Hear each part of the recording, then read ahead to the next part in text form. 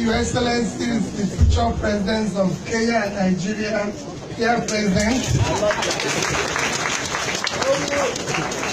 And of course, Kenya, future governor here present.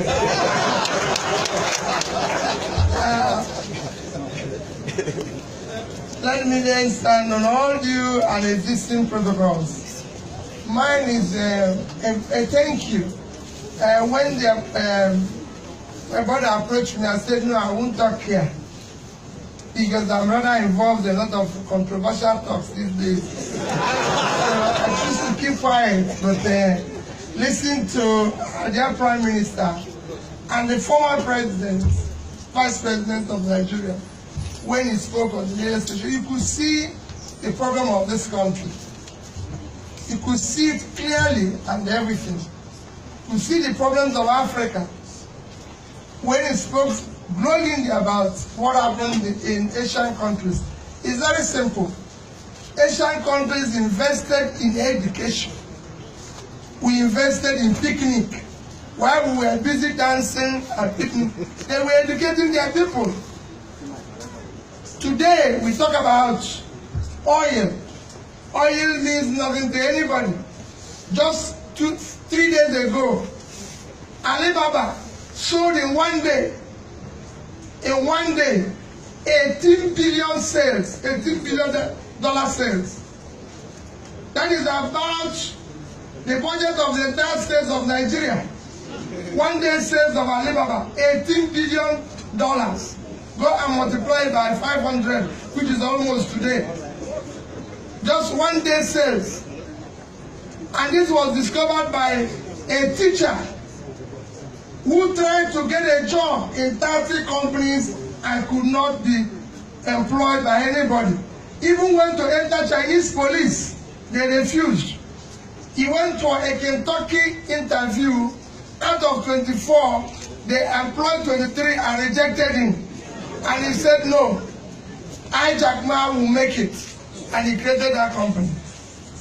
That is the difference. But here, we are busy complaining every day. The youth take over. And turn around here. There are leaders here you can support. Leaders that make meaning. It is your time and everything. They educated their people. If you go to India that we are looking at today, India, I just give you an example, and that's where I'll say my thank you, sir. British people established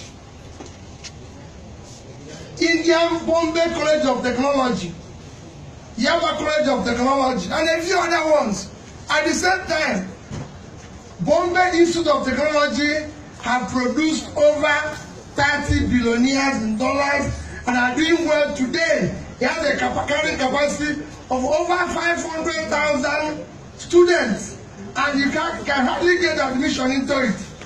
Yaba College of Technology have lost all accreditations. That is the clear sign of what happened to us. And then the same thing for IMT. The one that was established with IMT is now have a carrying capacity of 460,000.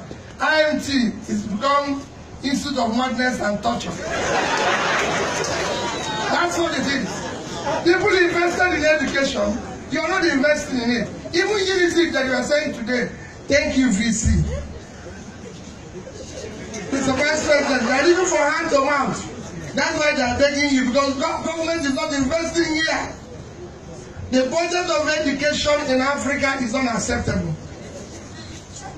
People cannot pay.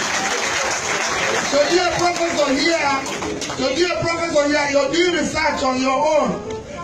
A professor earns less than a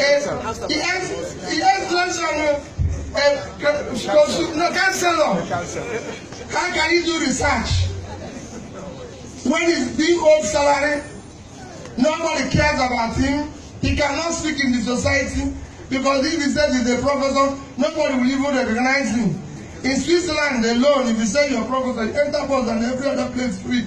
Here, go and say you're a professor, then everybody will avoid you, because they know that is the beginning of poverty. And that is the challenge we face. Nobody celebrates excellence here. Nobody selects anything that is good. So it's better to go and contest and become a counselor than do a research to be a professor or even make a first class.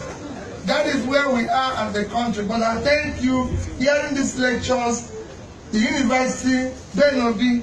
I thank you for spending your time because, like I always said, politicians, when they're out of office, they do nothing. I wonder how you continue to do this.